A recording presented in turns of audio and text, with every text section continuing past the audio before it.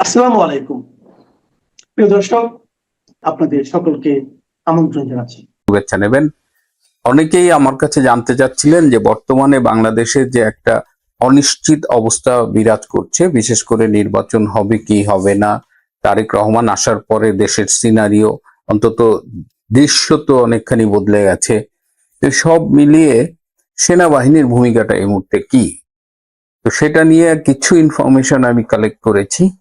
তো সেটা নিয়ে আমি কথা বলবো। তার আগে আমি একটু ডক্টর ইউনূসের ম্যাজিক নিয়ে কথা বলতে চাই। আপনাদের নিশ্চয়ই মনে আছে যে ডক্টর ইউনূস যখন গত বছরের 5ই অগস্ট এই রেজিম চেঞ্জের পরে 8ই অগস্ট যখন ক্ষমতা নিল, তখন তার যারা সমর্থক ছিল তারা মানে উঠতে বসতে ইউনূস ম্যাজিকের কথা বলতো আর কি, এবং সবাই বলতো ভাই লোকটার একটু থামান, সে মানে এত ফেরেস্তা লেভেলের এবং বাংলাদেশের জন্য একটা অসাধারণ মানুষ।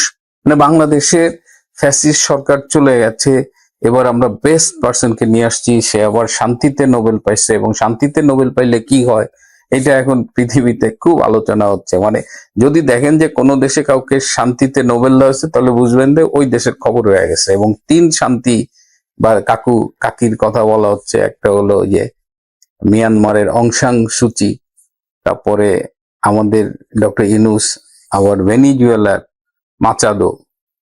এই 3 শান্তি লরিয়েট, নোবেল লরিয়েট, এরা তাদের দেশের একদম সর্বনাশ করা হচ্ছে আর কি। তো অং সান সুচি আলটিমেটলি ধরা গেছে, এখন জেলে আছে। মাচাদো খুব একটা জনসমর্থন পাচ্ছে বলে মনে হচ্ছে না, যে কারণে ট্রাম্পও তাকে নিয়ে খুব একটা আশাবাদী না।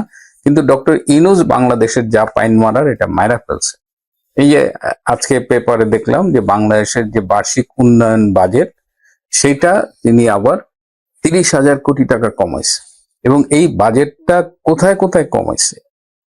স্বাস্থ্য এবং সামাজিক সুরক্ষা, এই যে স্বাস্থ্য শিক্ষা, পরিবার কল্যাণ, স্বাস্থ্য সেবা, এবং এইখানে 70% বেশি বাজেট, 70% বেশি বাজেট কাট করছে।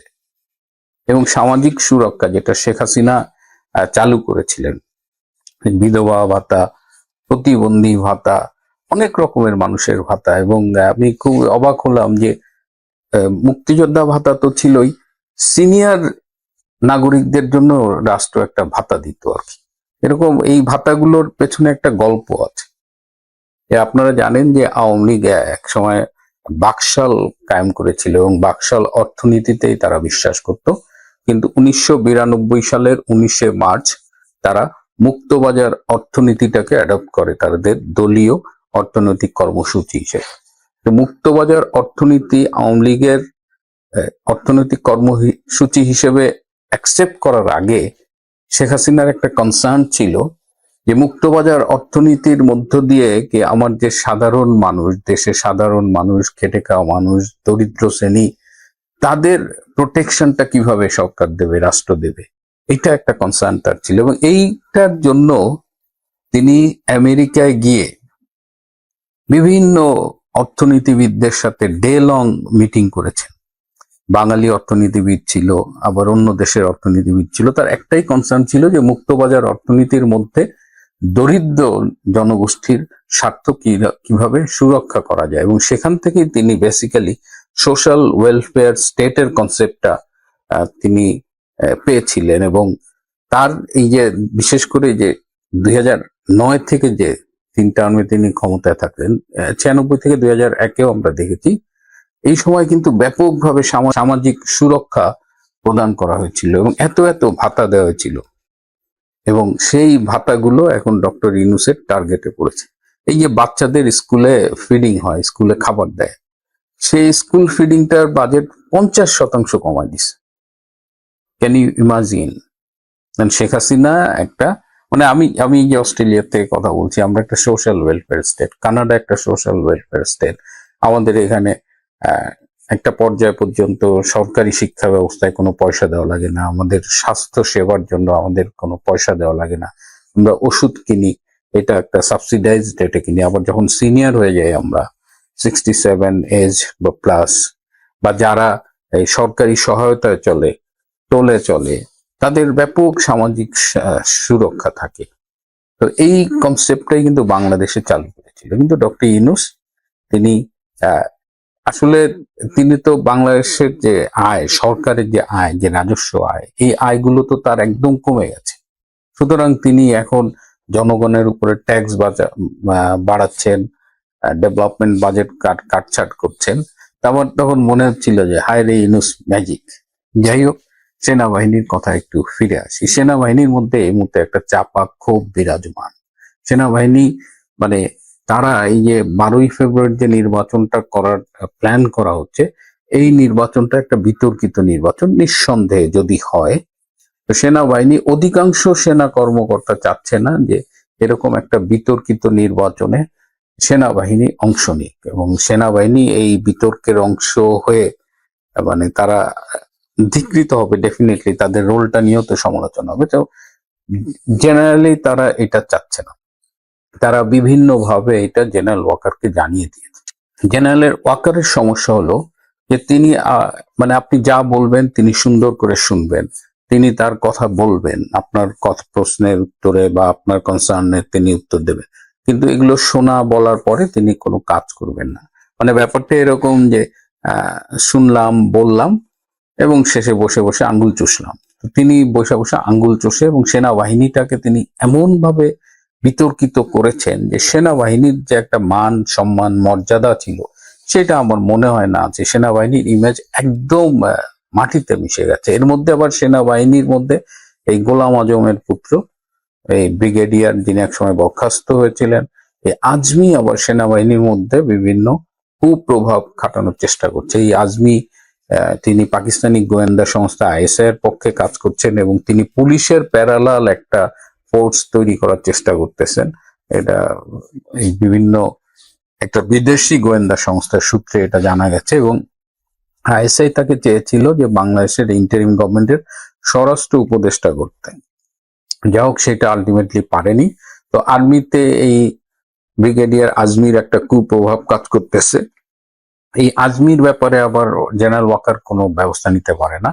এটা শোনা যায় যে জেনারেল ওয়াকার নিজেই আজমির একটা মানে যখন আজমির সার্ভিসে ছিল তখন জেনারেল ওয়াকার তার ভাবশিষ্য ছিল আর কি। এই জেনারেল ওয়াকার আজমিকে আর্মির ফান্ড থেকে 5 কোটি টাকা গিফট করছে।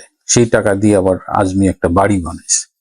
আমি আপনাদের এই কথা আগেই বলেছি। তো সেই আর্মিতে একটা ক্ষোভ, এবং আর্মি আরো একটা বিষয়ে কথা বলছে যে তারা এই যে নির্বাচনকে সামনে রেখে একটা যৌথ অভিযান চালু করা হবে। তারা চাচ্ছে যে এই যৌথ অভিযান যদি করা হয় তাহলে এটা একদম দলমত নিরপেক্ষভাবে করতে হবে, সন্ত্রাসী ধরার জন্য, অস্ত্র উদ্ধারের জন্য। কিন্তু এখন পর্যন্ত আমরা দেখতেছি সরকার যাই করে একটাই তাদের উদ্দেশ্য হলো যে আওয়ামী লীগকে টার্গেট করতে। এই আওয়ামী লীগ নিধন ছাড়া তাদের আর এই যে এত এত থানা লুট হলো, এত অস্ত্র লুট হলো, এই অস্ত্রের কত শতাংশ এ পর্যন্ত উদ্ধার হয়েছে সেটা আপনারা আমার চাইতে ভালো জানেন। তো সেনাবাহিনীতে এই যৌথ অভিযান, নির্বাচনে তাদের কি ভূমিকা হবে সেটা নিয়েও তারা খুব একটা অনিশ্চয়তার মধ্যে আছে, যে নির্বাচনে তাদের কোনো হিডেন এজেন্ডার জন্য কাজে লাগানো হবে কিনা, হ্যাঁ, তারা কারো স্বার্থে ব্যবহৃত হবে কিনা, এটা নিয়েও কিন্তু তারা খুব আনসার্টেইন একটা সিচুয়েশনের মধ্যে আছে। আর্মিতে এমন যেটা হয়েছে যে আর্মিতে কেউ আর স্বতঃস্ফূর্ত ভাবে কাজ করে না। জাস্ট এই মিড লেভেল ব্রিগেডিয়ার, কর্নেল, এরা জাস্ট কাজ করে, কথা টথা বলে না, কে আবার কোথা থেকে কি শুনবে, কি বলবে, মানে এরকম একটা ভীতি কাজ করতেছে পুরো সেনাবাহিনীতে। সব মিলিয়ে এই মুহূর্তে ক্যান্টনমেন্ট গুলোতে একটা একটু দম বন্ধ করা অবস্থা বলা যায় আর কি। চাপা ক্ষোভ বিরাজ করছে। তারা এই আর বাইরে থাকতে চাচ্ছে না, এটা আপনারা জানেন। তারা ব্যারাকে ফিরে এসে তাদের পেশাদারিত্বের সাথে দায়িত্ব পালন করতে যাচ্ছে। কিন্তু এই সব কিছুর পথে প্রধান বাধা হলো জেনারেল ওয়াকার খান। জেনারেল ওয়াকার খান, তার একটা হিডেন এজেন্ডা আছে। তিনি আর্মিকে দিয়ে একটা পলিটিক্যাল উদ্দেশ্য বাস্তবায়ন করতে চান, এবং যদি নির্বাচন হয় জেনারেল ওয়াকার খানের আর্মির ভূমিকা জামাতের পক্ষে হবে কিনা এটা নিয়েও কিন্তু একটা সংশয় আছে। এখন দেখা যাক যে নির্বাচন আদৌ হয় কিনা। প্রিয় দর্শক, গত বছরের আগস্ট মাসে বাংলাদেশের অন্তর্বর্তীকালীন সরকার শপথ নিয়েছে, ঠিক আছে। তার মধ্যে জনাব আসিফ নজরুল স্যার একজন আলোচিত মানুষ। ২৬ লক্ষ হায় আল্লাহ হায় খালেদ খ্যাত আসিফ নজরুল স্যার নিজের নাম গোপন রেখেছেন। এই অভিযোগ এখন সামনে এসছে। নাম এবং পরিচয় সংক্রান্ত গুরুতর আইনগত অসঙ্গতি, একটি প্রশ্নবিদ্ধ শপথ এবং পরবর্তী ঘটনা। অর্থাৎ আসিফ নজরুল স্যারের প্রকৃত নাম হচ্ছে নজরুল ইসলাম। তিনি শপথ নিয়েছেন আসিফ নজরুল নামে। এটি কতটুকু আইনসঙ্গত নাকি আইনের বরখেলাপ, তাঁর কি শপথ গ্রহণ বৈধ না অবৈধ, সেটা নিয়ে কিছু কথা এখন বলবো। ঠিক আছে, আমি সেটা পড়ে শোনাই, আপনারা ধীরে ধীরে শুনবেন, পরিষ্কার হয়ে যাবেন। তিনি যে অবৈধ কাজ করেছেন, বেআইনি কাজ করেছেন, আইনের মানুষ হয়ে, আইন উপদেষ্টা হয়ে, সেটি এখন আপনাদের সামনে উপস্থাপন করছি। উপদেষ্টা আসিফ নজরুলের শপথ গ্রহণ অবৈধ? আচ্ছা, কেন অবৈধ? নাম ও পরিচয় সংক্রান্ত গুরুতর আইনগত অসঙ্গতি, একটি প্রশ্নবিদ্ধ শপথ এবং পরবর্তী ঘটনা। ঠিক আছে, ব্যক্তিটির প্রকৃত এবং দীর্ঘ ব্যবহৃত নাম হচ্ছে নজরুল ইসলাম। এই নজরুল ইসলামই তার বাবা মা রেখেছেন। এই নজরুল ইসলাম নামেই তিনি পড়াশোনা করেছেন। তার সমস্ত সার্টিফিকেটে নজরুল ইসলাম নামটা রয়েছে। এই নামেই তার এসএসসি এইচএসসি সার্টিফিকেট, ঢাকা বিশ্ববিদ্যালয়ের অনার্স ও মাস্টার্স সার্টিফিকেট, ঢাকা বিশ্ববিদ্যালয়ের আইন বিভাগের চাকরির রেকর্ডও একই নাম, income tax certificate, driving licence, সকল সরকারি এবং বেসরকারি নথি দীর্ঘদিন ধরে আসিফ নজরুল নাম না, নজরুল ইসলাম নামেই তিনি পরিচিত। ঠিক আছে, সব জায়গায় এই নামটি রয়েছে। এমন অবস্থায় একজন আইন উপদেষ্টা হিসেবে দায়িত্ব গ্রহণকারী ব্যক্তি নিজেই কিভাবে আইনের ব্যত্যয় ঘটালেন, সেই প্রশ্ন আজ জনমনে জোরালোভাবে উঠেছে। তার নাম, এটা কিন্তু এক ধরনের প্রতারণা, দেশবাসীর সাথে প্রতারণা। আপনার নাম এক, আপনি শপথ নিলেন, শপথ তো নিয়েই যাবে না, প্রশ্নই আসে না। আপনি অন্য সময় তো আসিফ নজরুল সাহেব তো অস্বীকার করতে পারেন যে আমি শপথ নিইনি, আমার নাম হচ্ছে নজরুল ইসলাম। আসিফ নজরুলকে আমি তো চিনি না, কাগজপত্র দেখেন, পেপার্স দেখালে উনি তো শপথ নেননি, উনি তো সমস্ত কিছু থেকে বেঁচে যাবেন। এটা তো জাতির সাথে এক ধরনের প্রতারণা।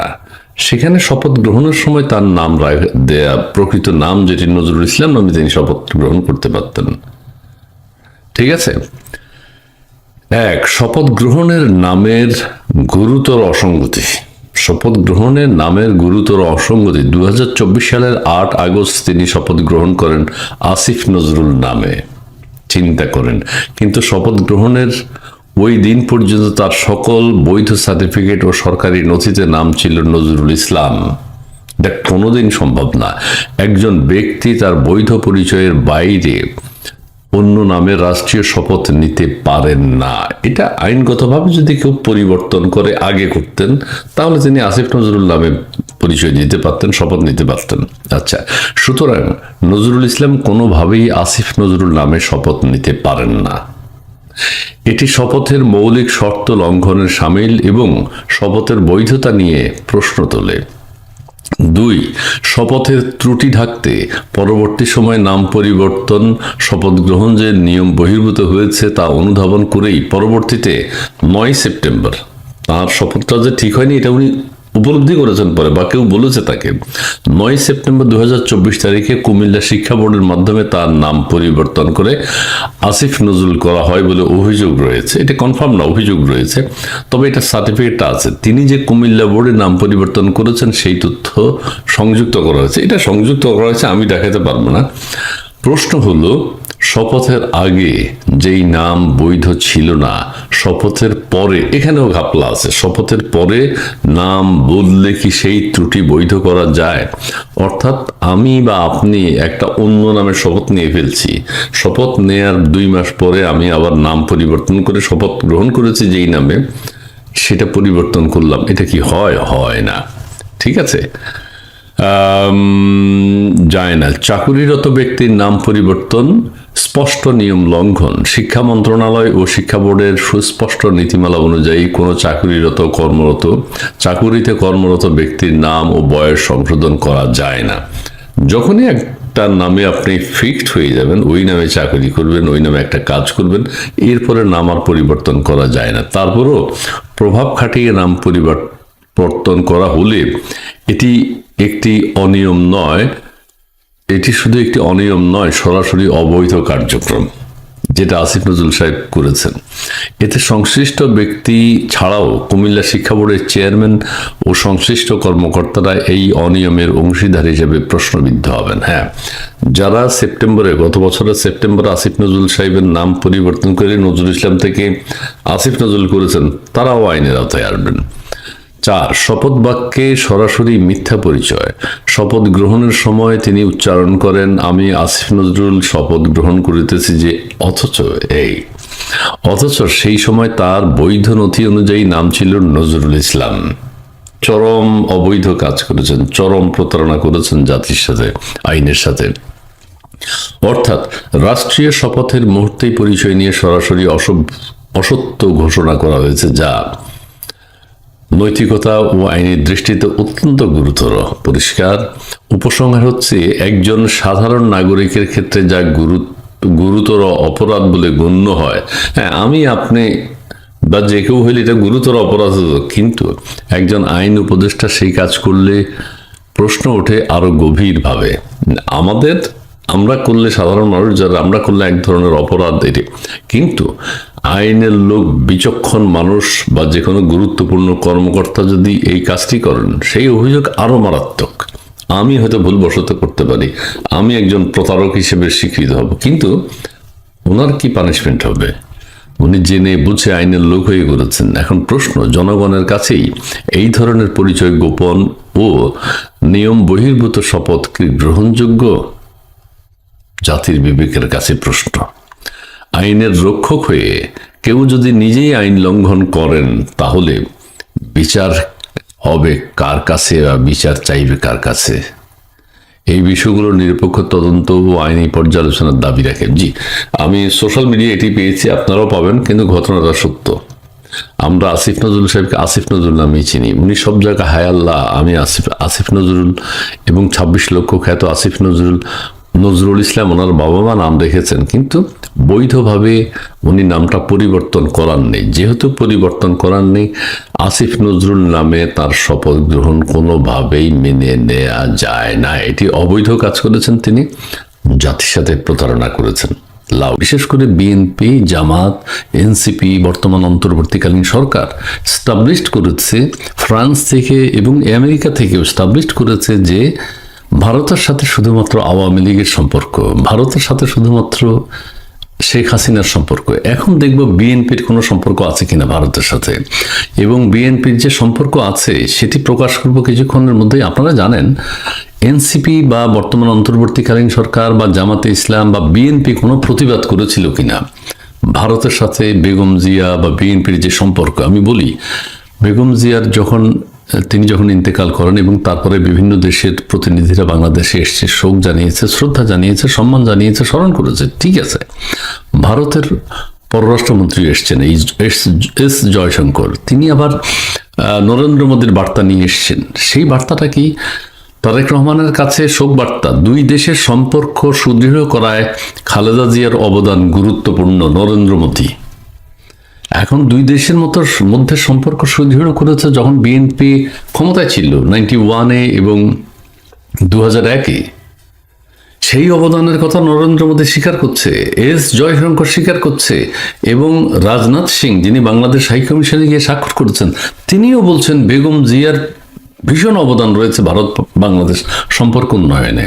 এখন এই কথাটা তো বিএনপি প্রত্যাখ্যান করে নাই। তারা তো বলতে পারতো না, এই অপবাদ দিচ্ছেন কেন আমাদেরকে? ভারতের সাথে কিসের সম্পর্ক?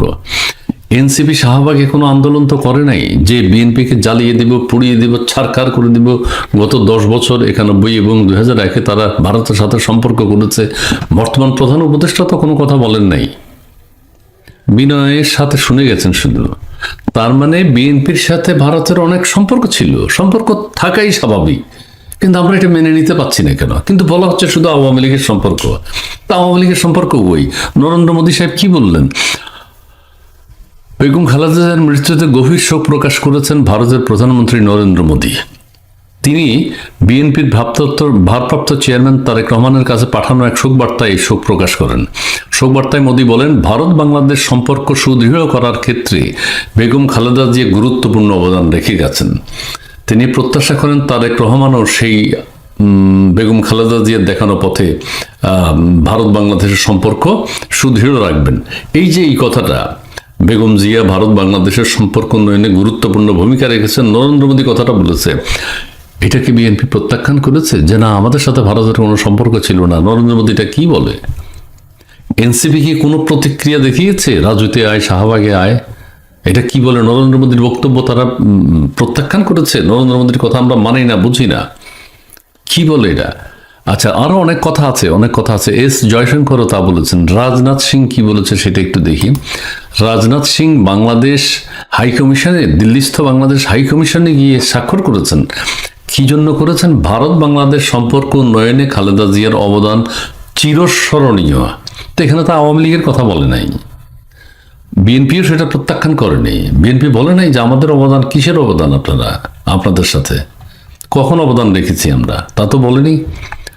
সাবেক প্রধানমন্ত্রী ও বিএনপি চেয়ারপারসন বেগম খালেদা জিয়ার প্রয়াণে গভীর শোক প্রকাশ করে ভারতের প্রতিরক্ষা মন্ত্রী রাজনাথ সিং বলেছেন, দিল্লি ও ঢাকার মধ্যে দ্বিপাক্ষিক সম্পর্ক জোরদারে এই মহীয়সী নেত্রীর গুরুত্বপূর্ণ অবদান সবসময় শ্রদ্ধার সাথে স্মরণ করা হবে।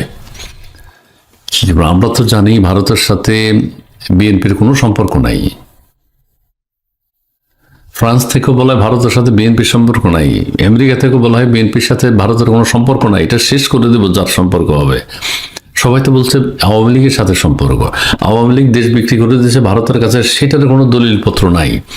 কি কি কুপ্রস্তাব না, কি কি গোলামির কি করেছিল, দলিল স্বাক্ষর করেছে ভারতের সাথে বাংলাদেশ, শেখ হাসিনা, সেটারও কোনো প্রমাণ নাই। এখন তারা বলতেছে বিএনপির গুরুত্বপূর্ণ অবদান, বেগম খালেদা জিয়ার গুরুত্বপূর্ণ অবদানের জন্য তাকে চিরস্মরণীয় করে রাখবেন। কি এমন সম্পর্ক ছিল বিএনপির সাথে, বিএনপি যখন সরকারে ছিল ভারতের সাথে? তো নরেন্দ্র মোদী এবং এস জয়শঙ্কর এবং রাজনাথ সিং এর এই বক্তব্যের প্রতিবাদ তো কেউ করেনি যে আপনারা মিথ্যা কথা বলছেন, আপনাদের সাথে আমাদের কোনো সম্পর্ক নাই, ছিল না, থাকবেও না। এটা তো সাহস করে কেউ বলতে পারেনি। যাই হোক, আমি আর এটা নিয়ে ব্যাখ্যা করবো না। অনেক অবদানের কথা আছে, লেখা আছে বড়, ভিডিওটা অনেক বড় হয়ে যাবে, আমি সেদিকে যাব না। তবে আমার কথা হচ্ছে যেটা, সারা পৃথিবীর সমস্ত দেশের সাথে কূটনৈতিক শিষ্টাচার থাকতে হবে, সম্পর্ক থাকতে হবে, এটাই স্বাভাবিক। আওয়ামী লীগ হোক, বিএনপি হোক, জাতীয় পার্টি হোক, যেই হোক, জামাত তো ভারতে বসে আছে, ভারতের বিরুদ্ধে একটা টুশব্দ উচ্চারণ করা এখন আর করলো আই ওয়াশ করার জন্য, যে দলীয় স্বার্থে বলে, কিন্তু ভারতকে নমনম করতে হয়। আবার ভারতও বাংলাদেশের সাথে সুসম্পর্ক রাখবে, এটাই স্বাভাবিক, এটাই প্রত্যেক দেশের পররাষ্ট্রনীতি হওয়ার কথা। কিন্তু আমাদের এখানে যে আওয়ামী লীগ দিয়ে দিল, ভারতের দিয়ে দিল সবকিছু, ভারত নিয়ে গেল সবকিছু, কি রে ভাই, কই নিয়ে যাওয়া দিয়ে যাওয়া নয়, আমাদের স্বার্থ রক্ষিত হচ্ছে কিনা সেটা দেখতে হবে, ওদের স্বার্থ রক্ষিত হচ্ছে কিনা ওরা সেটা দেখবে। কাজেই এখন আমি এই কথাগুলো এই জন্য বলেছি, বিএনপির জন্য, বিএনপির যে ভালো কাজটি, এটা ভালো কাজ, বিএনপি সুসম্পর্ক রেখেছে, ভালো কাজ। কিন্তু আমাদের দেশে তো এটা সুসম্পর্ক ধরা হয় না। আমাদের দেশে হয় ভারতের কাছে বাংলাদেশ বিক্রি করে দিচ্ছে, তাহলে বিএনপি বিক্রি করেছে, এটার প্রতিবাদ করো না কেন? ভারতের মতো একটা দেশের সাথে আমাদের বেগম খালেদা জিয়া বা বিএনপির যোগাযোগ ছিল সরকারে থাকা অবস্থায়। কাজেই এইসব উল্টাপাল্টা কথা বলে, অযৌক্তিক কথা বলে বিষয়টাকে, দুই দেশের সম্পর্ককে নষ্ট করার কোনো মানে হয় না। আমরা এখন টুকটাক দুই একজন যে যারা কথা বলে, তারা কোনো কথা বলা মানে মনে হয় যেন ভারতের পক্ষে বলতেছে। ভারতের পক্ষে আমাদের দরকার নাই, তো কারোই বলার দরকার নাই। ভারতের পক্ষে বলবো, আমরা বাংলাদেশের পক্ষে বলবো। অনেকেই এখন ভারতের বিরুদ্ধে কথা বলে বিধায় আমরা বিষয়গুলো ধরিয়ে দিই, যে তখন ভারতের পক্ষে চলে যায়, মনে হয় যেন ভারতের দালাল। আমরা ভারতের দালাল তো হয়ে গেছি, সবাই বলে ভারতের দালাল। এখন বিএনপি যে ভারতের সাথে সম্পর্ক রেখেছে সরকারে থাকা অবস্থায়, বিএনপি কি দালাল না রাষ্ট্রের কাজ করেছে, সুসম্পর্ক রেখেছে? প্রশ্ন আপনাদের কাছে, এটা কোথায় যাবে? নরেন্দ্র মোদীর কথা প্রত্যাখ্যান করে নাই, এস জয়শঙ্করকে তো কেউ ঝেঁটিয়ে বিদায় করে নাই যে ঢুকতে দেব না, দিল্লি না ঢাকা, দিল্লি না ঢাকা, কেউ তো বলে নাই, তেড়ে আসে নাই তো কেউ। রাজনাথ সিং যে বাংলাদেশ হাইকমিশনে গেছে, তাকে ঢুকতে না দিত, যে না আপনি কি শোক জানাবেন, আপনাদের সাথে তো বেগম খালেদা জিয়ার বিএনপির কোনো সম্পর্ক ছিল না, তো সেটা তো কেউ বলে নাই। হ্যাঁ, এটা শিষ্টাচার, তাহলে শিষ্টাচারটা আমরা মেনে নেই না কেন? তারা গেছে, শোক জানিয়েছে, নরেন্দ্র মোদী চিঠি পাঠিয়েছেন, ঠিক আছে, বেগম খালেদা জিয়ার অবদানের কথা স্বীকার করেছেন, জয়শঙ্কর এসছে বাংলাদেশে, যে পাড়া প্রতিবেশী সবাই মিলে সুখে দুঃখে একসাথে বসবাস করবে, এটাই স্বাভাবিক।